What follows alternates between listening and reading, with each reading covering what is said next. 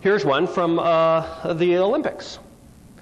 I was very interested to see on television that one of our Olympic skaters had suffered the death of her child from sudden infant death syndrome. And right on national TV, she said that as she skated, as she came back from the devastation of that loss, that she saw her daughter in the skating rink. And that inspired her. Well, the announcer didn't immediately call for a ghost-busting squad. There was no investigation that perhaps this woman's child's dead spirit was hovering over the stadium and that perhaps that could have been actually measured. No, absolutely not. It was assumed by both commentator and the skater telling the story that this was a spiritual metaphor, that this woman had somehow taken a devastating illness, or not an illness, a devastating death, and harnessed a spiritual aspect of that to become a better human being. Now, why did I start off with those stories? I know that they're not, the type of dramatic smoking gun story that people want, and I will tell you some dramatic smoking gun stories later on. I did that deliberately because, to me, what is to be learned about these experiences has nothing to do with the paranormal or the supernatural or any of that kind of thing. In fact, I believe that such issues are a distraction and a sideshow from the true understanding of these experiences. And if you'll bear with me for the next hour and a half to 2 hours or so, I hope by the end of this talk I will have convinced you of the meaning and importance of those two stories. Alrighty, I learned about near-death experiences, as I told you, from my work in critical care medicine. I'd like to just simply take you all step by step through my own learning and understanding of these experiences. This is a picture out of our airlift plane. And here's Mount Rainier, and this is a shot out of our Learjet going up to pick up somebody in Montana. Near-death experiences. Okay, let's start with that. Well, I know that everybody here is quite aware of them. There's just a couple things I'd like to share with you. First of all, these are spiritual experiences. Let's not beat around the bush about it. Spirituality is a natural aspect of humankind, and these are spiritual experiences that people report near death.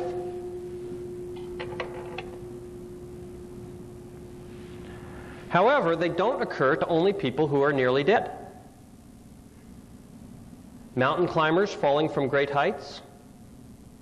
There's an excellent collection from the turn of the century from the Journal of the Swiss Alpine Club of mountain climbers who fell from great heights and were saved by falling into a snowbank. So no meds on board, no lack of oxygen to the brain. They were simply in a life-threatening situation. And yet those mountain climbers report that during their fall, they were separated from their physical body. They watched their body dispassionately as they fell. They often heard the impact of hitting the ground. They described the experience as peaceful, spiritual, and painless. These mountain climbers frequently reported that angels accompanied them during their descent. Miners. Excellent article in the American Psychological Journal from the 1960s, in which miners were trapped under, trapped in a mining explosion for several weeks underground. Had adequate supplies of air and food. Again, no meds on board, no lack of oxygen. They were not near death. And yet they report a third miner accompanied them and facilitated their ultimate rescue. This third miner they had thought was a real human being. They had to be physically restrained from returning to the mine after they were rescued because they were convinced that their rescuers had neglected their third companion. Furthermore, they describe all the elements of the near-death experience. Spiritual interventions, tunnels opening up in the rock, different types of God-like, seeing God, that kind of thing. So, any explanation of near-death experiences, obviously to just say they're a lack of oxygen in the brain is too simplistic. Must take into account these close-to-death type experiences. Here's a nice example here, if people are wondering why I got interested in this area. This is a young girl named Jamie. She, at age 6, nearly died of fulminant bacterial meningitis. Her chance of successful medical recovery given to today's medical care was less than 10%.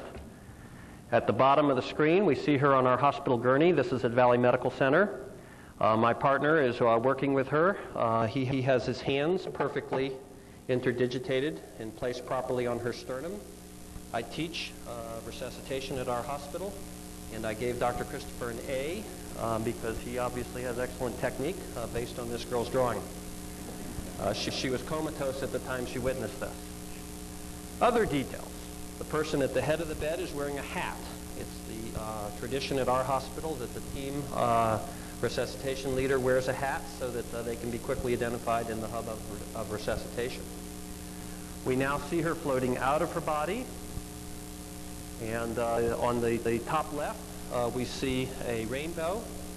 She's told me that this rainbow was a light that told her who she was and where she was to go. And on the top right there, we see Jesus and 3 angels. And I know that there's Christians in the audience, and you'll be pleased to know that she states that Jesus is very nice. Okay. Now,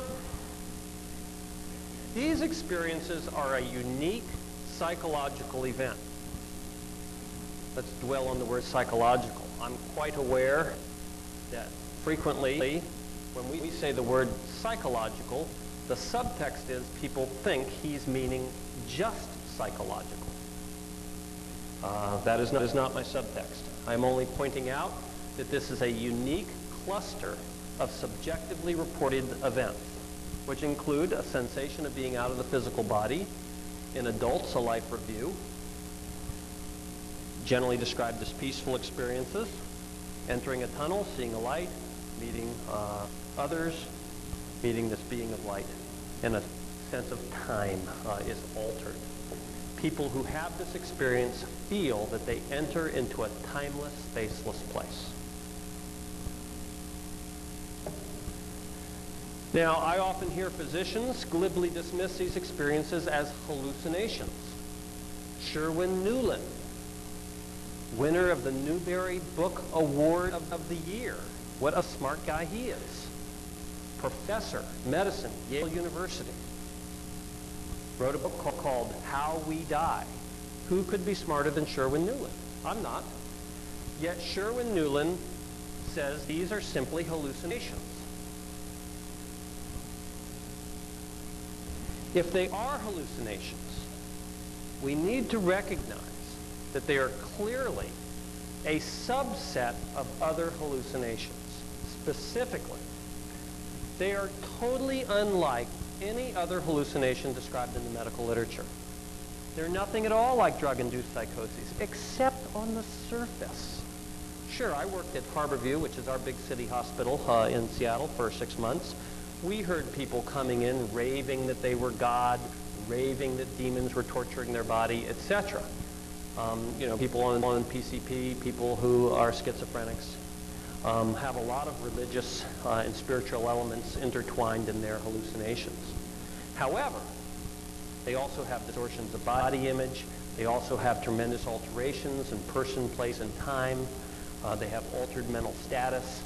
They're just totally different. And in the medical literature, we're going to talk in a bit about how supposedly science and spirituality don't mix. All I can tell you is that in the medical literature, near-death experiences are clearly differentiated from any other type of hallucination. Numerous studies document this. As an aside, I meant to bring this up in the introduction. I didn't know how many people were going to be here tonight And I didn't know what interest people had in the medical and scientific aspects of these experiences. But I want to invite everyone here to write to me, and I will send you a reprint of an article that I wrote which completely summarizes the medical aspects of these experiences. And if people are interested, I'll just quickly give you my address. I'll give you a chance to get your pens. But I wrote an article in the medical literature about a year ago, and the article itself, of course, I think is great. But the real value is that I have every reference in the medical literature summarized in this article. And my address is 4011 Talbot, that's Talbot Road South, and that's in Renton, Washington. That's 98055. Please write to me and I'll send you a copy. Renton. It's R-E-N-T-O-N. So Renton, Washington. Okay, but I'm just going to tell you, this is not a controversial point. In fact, nothing I'm going to tell you today is controversial from a scientific or medical standpoint. I do come to some shocking conclusions. I do interpret the medical information I recognize in a different way than I'm aware that anyone else does. Nevertheless, everything I tell you today is well accessible in the mainstream scientific and medical literature. I don't consider anything I share with you today to be controversial. Okay, so they're just not like hallucinations. No question about it. Post-cardiac psychosis, denial of reality. That's the hallmark of the post-cardiac psychosis. You ask the patient, gosh, what happened to you? And they say, are you kidding? I didn't have heart surgery. I was at home having tea with my wife. The near-death experience, think about it. The person is oriented to time and place. They know who they are. They know their surroundings. They know they've nearly died. There is another reality superimposed over this one. So that's the hallmark of the near-death experience, that they perceive another reality, which they think is superimposed over this one. So a dual sense of consciousness is an important aspect of understanding these experiences. The person feels that they have one consciousness that is communicating with some sort of light or spiritual entity, and another consciousness that they clearly reference to their own body. So you don't see the kinds of paranoid thinking that you see with PCP. You don't see the aggressive elements. You don't see the somatic or olfactory hallucinations with schizophrenia. These people aren't crazy. So if they're hallucinations, well, the whole point of scientific exploration is to advance knowledge.